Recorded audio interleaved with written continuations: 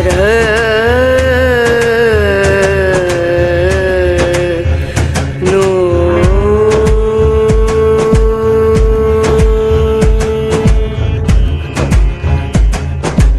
राधे, जय माता की भक्तों। आप सभी का स्वागत करती हूँ स्पिरिचुअल ज्ञान साधना में, और आप सभी से अनुरोध करती हूँ कि स्पिरिचुअल ज्ञान साधना को सब्सक्राइब कर लीजिए और बेल आइकन को प्रेस कर दीजिए ताकि आपको नई नई वीडियोस का नोटिफिकेशन मिलता रहे। पवन तनय संकट हरने मंगल मूर्ति रूप, राम लखन सीता सहित हृदय बसो सुरभूप। सियावर राम जय जय राम, मेरे प्रभु राम जय जय राम। जय जय सिया राम, जय जय हनुमान, जय सिया राम जय जय हनुमान। बोलिए श्री हनुमान जी भगवान की जय। जय सिया राम, जय माता की। राधे राधे भक्तों, आज मंगलवार का दिन है। मंगलवार के दिन मंगलवार का व्रत करने से भगवान श्री हनुमान जी की कृपा प्राप्त होती है। जीवन में यश, संतान, विद्या, बल प्राप्ति के लिए मंगलवार का व्रत करना चाहिए। सर्व सुख, रक्त विकार, राज्य सम्मान तथा संतान की प्राप्ति के लिए मंगलवार का व्रत करना अति उत्तम है। इस व्रत में गेहूं और गुड़ का ही भोजन करना चाहिए। इस व्रत में नमक वर्जित होता है। भोजन दिन रात में एक ही बार ग्रहण करना चाहिए। 21 सप्ताह तक मंगलवार का व्रत करें। मंगलवार के व्रत से मनुष्य के समस्त दोष नष्ट हो जाते हैं। व्रत के पूजन के समय लाल पुष्पों को चढ़ाएं और स्वयं भी लाल वस्त्र ही धारण करें। अंत में हनुमान जी की पूजा करें, कथा सुने, आरती करें।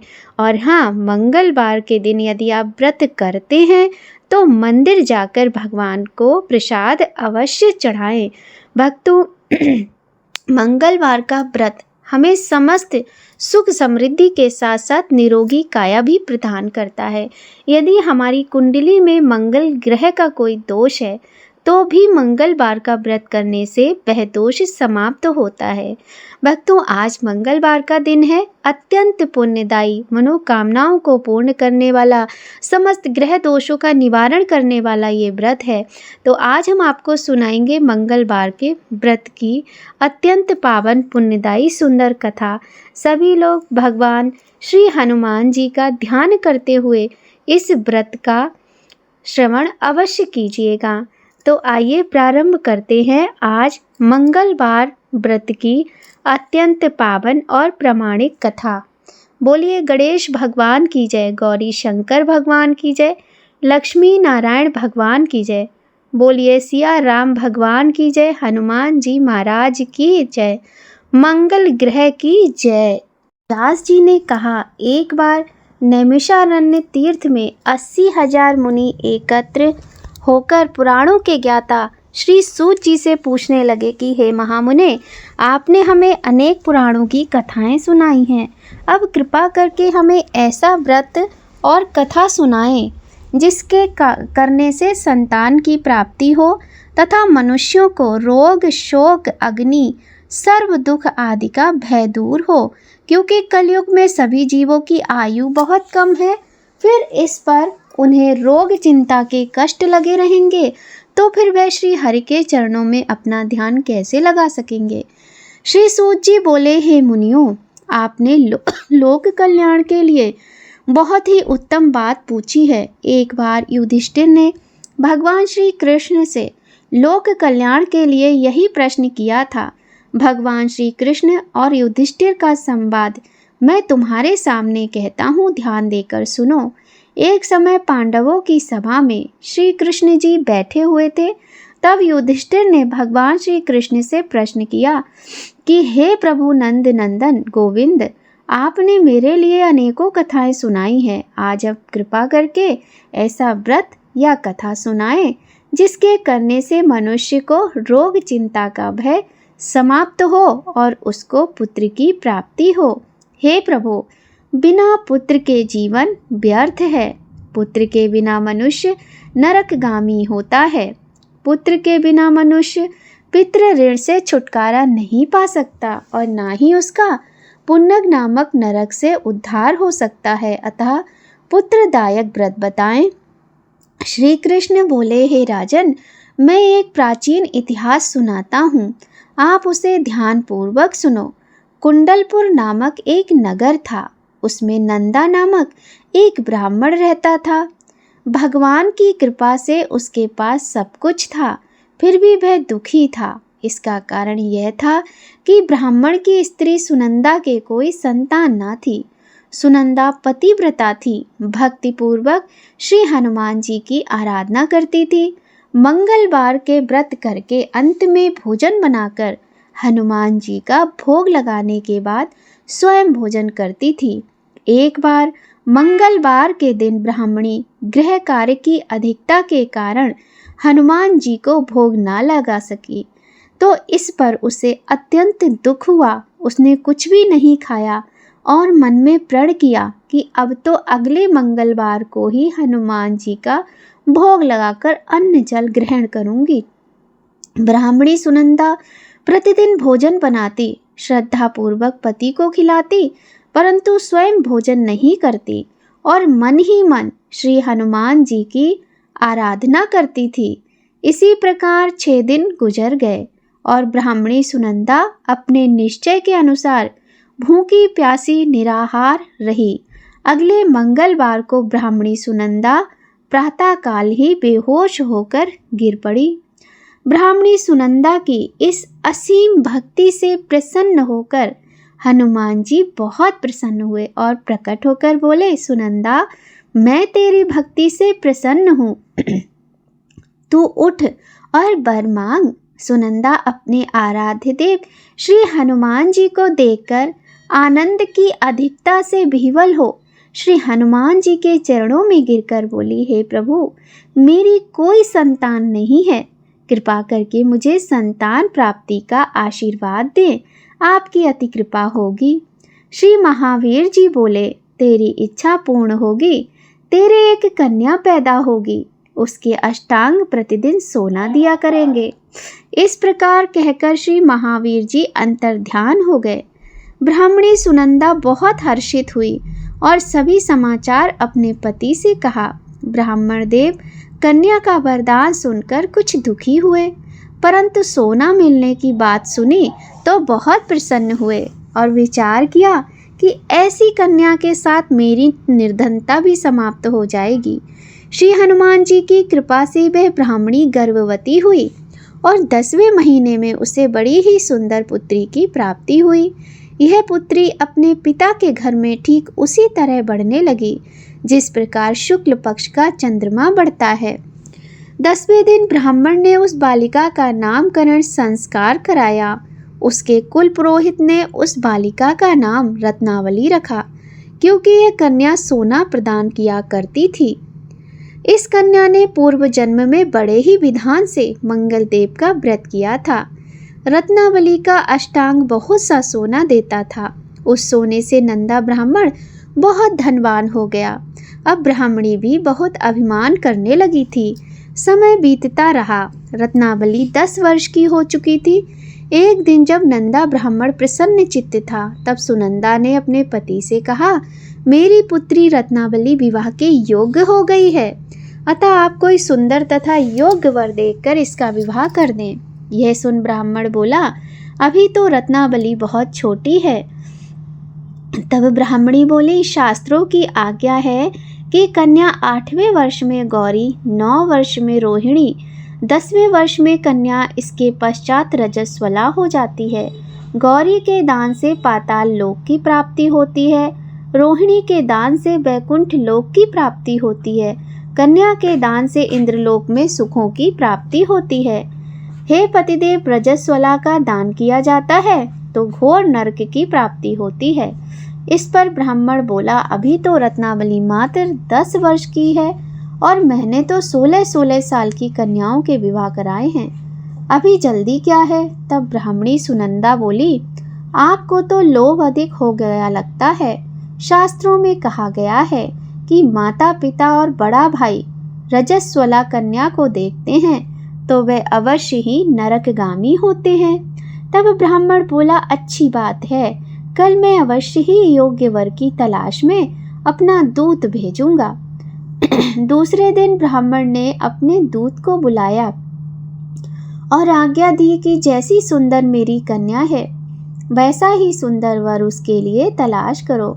दूत अपने स्वामी की आज्ञा पाकर निकल पड़ा। पंपई नगर में उसने एक सुंदर लड़के को देखा। यह बालक एक ब्राह्मण परिवार का बहुत गुणवान पुत्र था। इसका नाम सोमेश्वर था।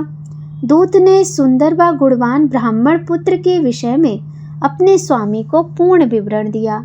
ब्राह्मण नंदा को भी सोमेश्वर अच्छा लगा और फिर शुभ मुहूर्त में विधि पूर्वक कन्यादान करके ब्राह्मण ब्राह्मणी संतुष्ट हुए। परंतु ब्राह्मण के मन में तो लोभ समाया हुआ था। उसने कन्यादान तो कर दिया पर वह बहुत खिन्न भी था। उसने विचार किया कि रत्नावली तो अब चली जाएगी और मुझे इससे जो सोना मिलता था अब नहीं मिलेगा।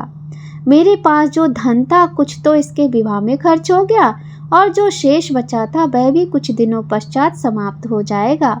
मैंने तो इसका विवाह करके बहुत बड़ी भूल कर दी। अब कोई ऐसा उपाय हो कि रत्नावली मेरे घर में ही रहे, अपनी ससुराल ना जाए। लोभ रूपी राक्षस ब्राह्मण के मस्तिष्क पर छाता जा रहा था। रात भर अपनी शैया पर बेचैनी से करवटें बदलते बदलते उसने एक बहुत ही क्रूर निर्णय लिया।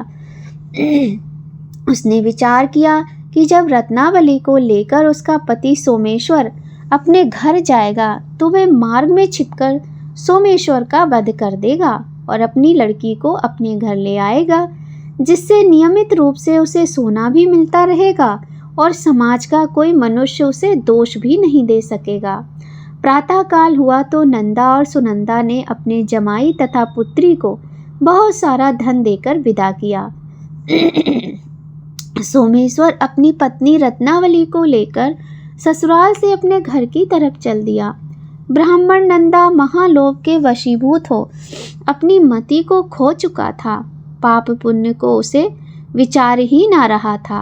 अपने भयानक व क्रूर निर्णय को कार्य रूप देने के लिए उसने अपने दूत को मार्ग में अपने जमाई का वध करने के लिए भेज दिया, ताकि रत्नावली से प्राप्त होने वाला सोना उसे हमेशा मिलता रहे और वो कभी निर्धन ना हो।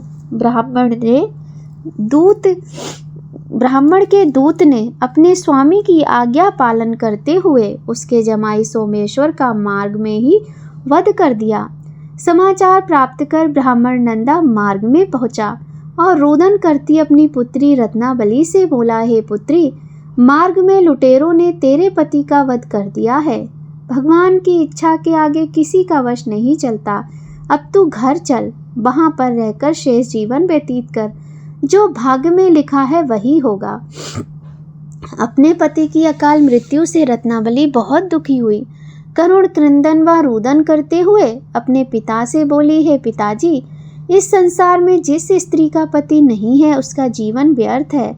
मैं अपने पति के साथ ही अपने शरीर को जला दूंगी और सती होकर अपने इस जन्म को, माता पिता के नाम को तथा सास ससुर के यश को सार्थक करूंगी। ब्राह्मण नंदा अपनी पुत्री रत्नावली के वचनों को सुनकर बहुत दुखी हुआ। विचार करने लगा, मैंने व्यर्थ ही जमाई का पाप अपने सिर लिया। रत्नावली तो उसके पीछे अपने प्राण तक देने को तैयार है। मेरा तो दोनों तरफ से मरण हो गया। धन तो अब मिलेगा नहीं। जमाई वध के पाप से फलस्वरूप यम यातना भी भुगतनी पड़ेगी। यह सोचकर बहुत खिन्न हुआ। सोमेश्वर की चिता बनाई गई। रत्नावली सती होने की इच्छा से अपने पति का सिर अपनी गोद में रखकर चिता में बैठ गई। जैसे ही सोमेश्वर की चिता को आग लगाई गई, वैसे ही प्रसन्न हो मंगल देव वहां प्रकट हुए और बोले, हे रत्नावली, मैं तेरे पति भक्ति से बड़ा ही प्रसन्न हूँ, तू वर मांग। रत्नावली ने अपने पति का जीवन दान मांगा। तब मंगल देव बोले, रत्नावली, तेरा पति अजर अमर है, ये महाविद्वान भी होगा और इसके अतिरिक्त तेरी जो भी इच्छा हो वर मांग। तब रत्नावली बोली, हे ग्रहों के स्वामी, यदि आप मुझ पर प्रसन्न हैं तो मुझे यह वरदान दीजिए कि जो भी मनुष्य मंगलवार के दिन प्रातःकाल लाल पुष्प लाल चंदन से पूजा करके आपका स्मरण करे, उसको रोग व्याधि ना हो, स्वजनों का कभी वियोग ना हो, सर्प अग्नि तथा शत्रुओं का भय ना हो। जो स्त्री मंगलवार का व्रत करे वह कभी विधवा ना हो।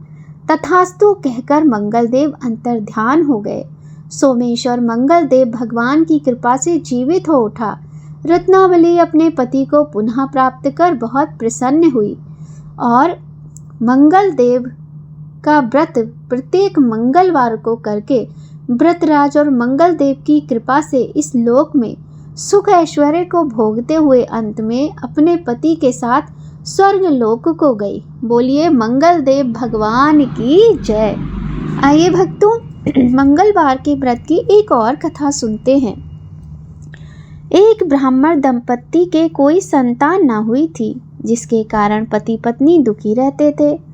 वह ब्राह्मण हनुमान जी की पूजा करने वन में चला गया। वह पूजा के साथ महावीर जी से एक पुत्र की कामना प्रकट किया करता था। उस पर उसकी पत्नी मंगलवार का व्रत भी करती थी, पुत्र की कामना करके। मंगल के दिन व्रत के अंत में भोजन बनाकर हनुमान जी को भोग लगाने के बाद स्वयं भोजन करती थी। एक बार कोई व्रत आ गया जिसके कारण ब्राह्मणी भोजन न बना सकी।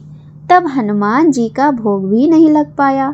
वह अपने मन में ऐसा प्रण करके सो गई कि अब अगले मंगलवार को हनुमान जी को भोग लगाकर ही अन्न ग्रहण करूंगी।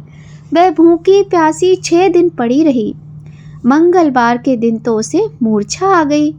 तब हनुमान जी उसकी लगन और निष्ठा को देखकर अति प्रसन्न हो गए और उन्होंने उसे दर्शन दिए और कहा, मैं तुमसे अति प्रसन्न हूँ पुत्री। मैं तुम्हें एक सुंदर सा बालक देता हूँ जो तुम्हारी बहुत सेवा किया करेगा। हनुमान जी मंगलवार को बाल रूप में उसको दर्शन देकर अंतर ध्यान हो गए। सुंदर बालक पाकर ब्राह्मणी अति प्रसन्न हुई और ब्राह्मणी ने उस बालक का नाम मंगल रख लिया। कुछ समय पश्चात ब्राह्मण वन में लौटकर आया। प्रसन्न चित्त सुंदर बालक घर में क्रीड़ा करते देखकर वह ब्राह्मण पत्नी से बोला, ये बालक कौन है? पत्नी ने कहा, मंगलवार के व्रत से प्रसन्न हो हनुमान जी ने दर्शन दे मुझे बालक दिया है। पत्नी की बात छल से भरी जान उसने सोचा ये उल्टा व्यभिचारिणी है, अपनी कलुषता छुपाने के लिए बात बता रही है। एक दिन उसका पति कुएं पर पानी भरने चला तो पत्नी ने कहा, मंगल को भी साथ ले जाओ। वह मंगल को साथ लेकर चला गया और उसको कुएं में डालकर वापस पानी भरकर घर आया। तो पत्नी ने पूछा, मंगल कहाँ है? तभी मंगल मुस्कुराता हुआ घर आ गया। उसको देख ब्राह्मण आश्चर्यचकित हुआ। रात्रि में उसके पति से हनुमान जी ने स्वप्न में कहा, यह बालक मैंने दिया है और तुम अपनी पत्नी को उल्टा क्यों कहते हो? पति ये जानकर हर्षित हुआ और अपनी गलती का पश्चाताप करने लगा। इसके बाद हनुमान जी ये कहकर अंतर ध्यान हो गए। फिर पति पत्नी मंगलवार का व्रत रख अपना जीवन आनंद पूर्वक व्यतीत करने लगे।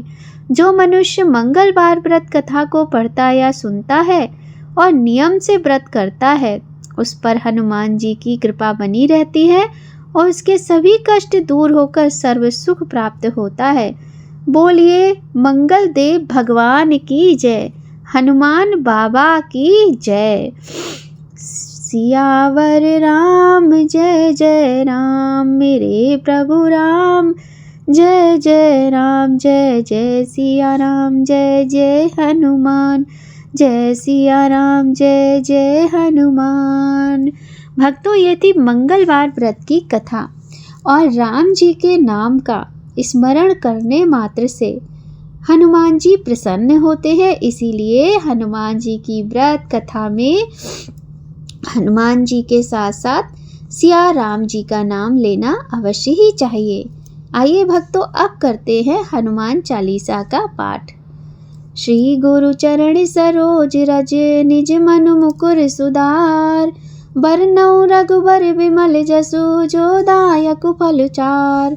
बुद्धिहीन तनु जानिके, सुमिरो पवन कुमार, बल बुद्धि विद्या देहु मोहि हरऊ कलेश विकार। जय हनुमान ज्ञान गुण सागर, जय कपीस तिहु लोक उजागर। राम दूत अतुलित बल धामा, अंजनी पुत्र पवन सुत नामा। महावीर विक्रम बजरंगी, कुमति निवार सुमति के संगी। कंचन बरन विराज सुबेसा, कानन कुंडल कुंचित केसा। हाथ वज्र और ध्वजा विराजे, कांधे मूज जनेऊ साजय। शंकर सुवन केसरी नंदन, तेज प्रताप महाजगवंदन। विद्यावान गुणी अति चातुर, राम काज करिबे को आतुर। प्रभु चरित्र सुनिबे को रसिया, राम लखन सीता मन बसिया। सूक्ष्म रूप धरि सियहि दिखावा, विकट रूप धर लंक जरावा। भीम रूप धर असुर संहारे, रामचंद्र के काज सवारे। लाए सजीवन लखन जियाए, श्री रघुवीर हरषि उर लाए। रघुपति कीन्ही बहुत बड़ाई, तुम मम प्रिय भरत सम भाई। सहस बदन तुमरो जस गावै, अस कहि श्रीपति कंठ लगावै। सनकादिक ब्रह्मादि मुनीसा, नारद सारथ सहित अहिसा। जम कुबेर दिगपाल जहाँ ते, कब कोविद कहि सके कहाँ ते। तुम उपकार सुग्रीव कीना, राम मिलाए राजपद दीना। तुमरो मंत्र विभीषण माना, लंकेश्वर वै सब जग जान। जुग सहस्त्र जो जन पर भानु, लील्योताई मधुर फल जानू। प्रभु मुद्रिका मेल मुख माहि, जलधि लांघ गए अचरज नाही। दुर्गम काज जगत के जेते, सुगम अनुग्रह तुमरे तेते। राम दुआरे तुम रखवारे, होत न आज्ञा बिनु पैसारे। सब सुख लहै तुम्हारी सरना, तुम रक्षक काहू को डरना। आपन तेज समारो आपै, तीनों लोक हाँकते कापै। भूत पिशाच निकट नहीं आवे, महावीर जब नाम सुनावै। नासै रोग हरै सब पीरा, जपत निरंतर हनुमत वीरा। संकट से मान छुड़ावै, मन क्रम वचन ध्यान जो लावै। सब पर राम तपस्वी राजा, तिनके काज सकल तुम साजा। और मनोरथ जो कोई लावै, सोई अमित जीवन फल पावै। चारों जुग प्रताप तुम्हारा है, प्रसिद्ध जगत उजियारा। साधु संत के तुम रखवारे, असुर निकंदन राम दुलारे। अष्ट सिद्धि नवनिधि के दाता, असवर दीन जानकी माता। राम रसायन तुमरे पासा, सदा रहो रघुपत के दासा। तुमरे भजन राम को पावै, जन्म जन्म के दुख बिसरावै। अंत्यकाल रघुबरपुर जाय, जहाँ जन्म हरि भक्त कहाई। और देवता चित्त न धरई, हनुमति से ही सर्व सुख करई। संकट कटै मिटै सब पीरा, जो सुमिरै मत बल बीरा। जय जय जय हनुमान गोसाई, कृपा करो गुरुदेव की नाई। जो सत बार पाठ कर कोई, छूटै बंद महासुख होय। जो ये पढ़े हनुमान चालीसा, होय सिद्ध साखी गौरी सा। तुलसीदास सदा हरिचेरा, की जय नाथ हृदय मा डेरा। पवन तनय संकट हरन, मंगल मूर्ति रूप। राम लखन सीता सहित, हृदय बसो सुरभूप। सियावर राम जय जय राम, मेरे प्रभु राम जय जय राम। मनोजवम मारुत तुल्य वेगम, जितेन्द्रियम बुद्धिमतां वरिष्ठम। वातात्मजं वानरयूथ मुख्यम, श्री राम दूतम शरणं प्रपद्ये। भक्तों, आइए अब करते हैं भगवान श्री राम की स्तुति, क्योंकि हनुमान जी सदा ही प्रभु श्री राम की भक्ति में डूबे रहते हैं और उनकी स्तुति मात्र करने से प्रसन्न होते हैं। श्री रामचंद्र कृपालु भजु मनि हरण भव भय दारुणम। नव कंज लोचन कंज मुख कर कंज पद कंजारुणम। कंदर्प अगणित अमित छवि नव नील नीरद सुंदरम। पटपीत मानहु तड़ित रुचि शुचि नौमि जनक सुतावरम। भजु दीन बंधु दिनेश दानव दैत्य वंश निकंदनम। रघुनंद आनंद कंद कौशल चंद दशरथ नंदनम। सिर मुकुट कुंडल तिलक चारु उदारु अंग विभूषणम। आजानुभुज शर चाप धर संग्राम जित खर दूषणम। इति वदित तुलसीदास शंकर शेष मुनि मन रंजनम। मम हृदय कंज निवास कुरु कामादि खल दल गंजनम। मनुजाहि राच्यो मिलहि सोवर सहज सुंदर सावरो। करुणा निधान सुजान शील स्नेह जानत रावरो। यही भांति गौरी असीस सुन सिय सहित ही हर्षि अली। तुलसी भवानी पूज पुन पुन मुदित मन मंदिर चली। जानी गौरी अनुकूल सिय रचना जायकी मंजुल मंगल मूल। बामंग फरकन लगे सियावर राम जय जय राम। मेरे प्रभु राम जय जय राम। जय जय सिया राम जय जय हनुमान। जय सिया राम जय जय हनुमान। भक्तों, आप सभी पर भगवान श्री राम, भगवान सीताराम और हनुमान जी की कृपा सदा बनी रहे, इसी कामना के साथ जय माता की। राधे राधे भक्तों।